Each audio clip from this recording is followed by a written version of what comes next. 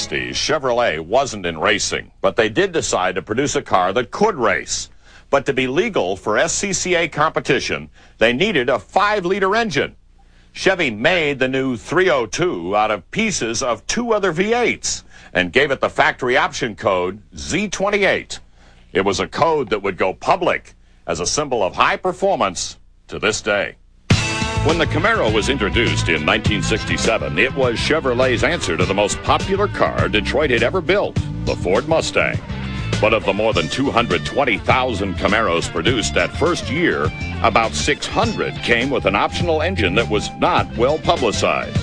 It was Chevrolet's effort to build a street machine to compete in the SCCA's Trans Am series. And by 1969, the little-known option code Z28 was already on its way to becoming a legend.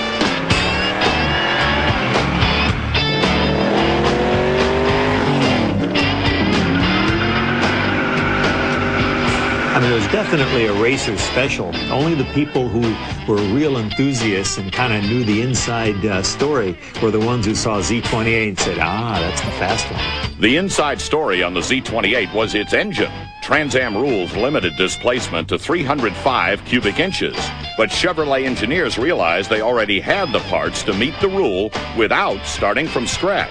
So Chevrolet took the 327 block and put in a 283 crank, 4-inch bore, 3-inch stroke, 302 cubic inches. Perhaps the hottest, most highly tuned V8 ever put on the market. The hot 302 was fitted with solid lifters and beefed up valve springs and would rev to over 7,500 RPM without floating the valves. Chevy rated the new engine at 290 horses, but that was for the insurance companies. The output was closer to 390 horses. Once they were put into race cars, they were practically unbeatable, mainly because they were just such free-revving, lightweight, just state-of-the-art pushrod engines. They were great motors. And Brock and his fellow editors of the time said so originally, writing, "With the Z28, Chevy is on the way to making the gutsy stormer the Camaro should have been in the first place."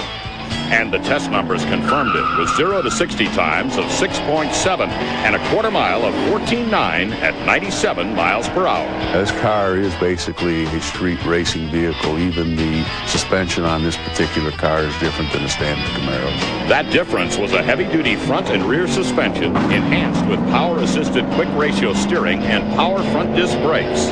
Also in the racing vein, the Z28 came with a cowl induction hood, feeding cold air directly into the carb, which then exits as exhaust through what Chevrolet called deep-toned mufflers. The Camaro's interior was rather sparse, with buckets in front, but the driver's amenities included a wood-rimmed steering wheel and a full instrument package in front of the Hirsch shifter that stirred the 4-speed manual box. Other options to the Z28 package were disc brakes on all corners and special racing headers that were bought from the factory, where they were tossed into the trunk and installed at the dealership.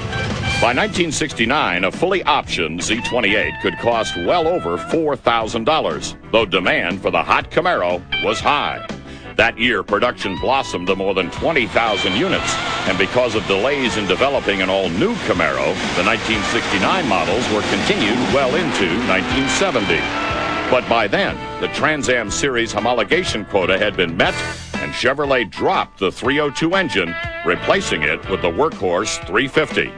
But for a short time in the muscle car era, a little motor in a little-known option package won races and launched one of the longest-running names in Chevrolet history. And more than 30 years later, the Z28 is still in production, instantly recognized as a performance car, not just by those who know the history, but by anyone hearing the code name for speed, Z28.